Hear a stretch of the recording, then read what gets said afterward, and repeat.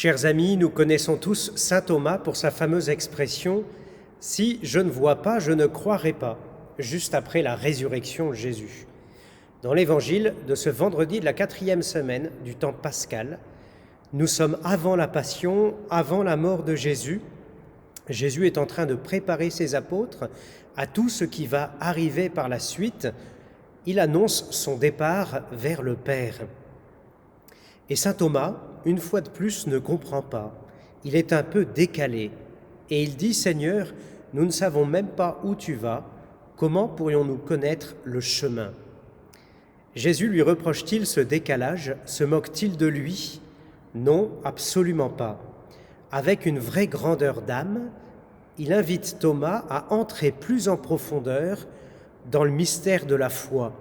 Et il dit « Moi, je suis le chemin, la vérité et la vie.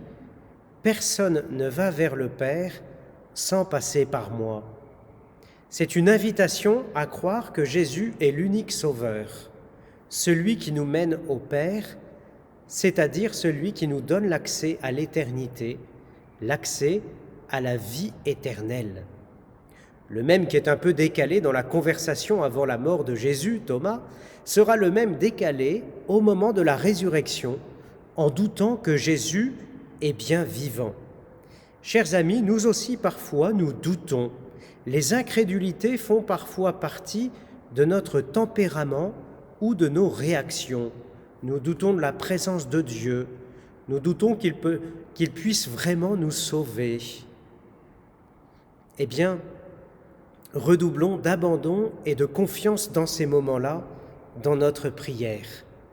Si le premier mouvement de notre cœur a été de douter et de manquer de confiance, dans un deuxième mouvement, redisons à Jésus « Seigneur Jésus, j'ai confiance en toi, avec toi je ne crains rien ».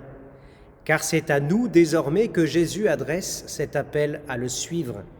C'est à nous désormais que Jésus demande de faire confiance. C'est à nous désormais qu'il demande d'être témoin de sa résurrection, puisque lui-même ne cesse d'agir dans notre vie et dans nos âmes. À bientôt.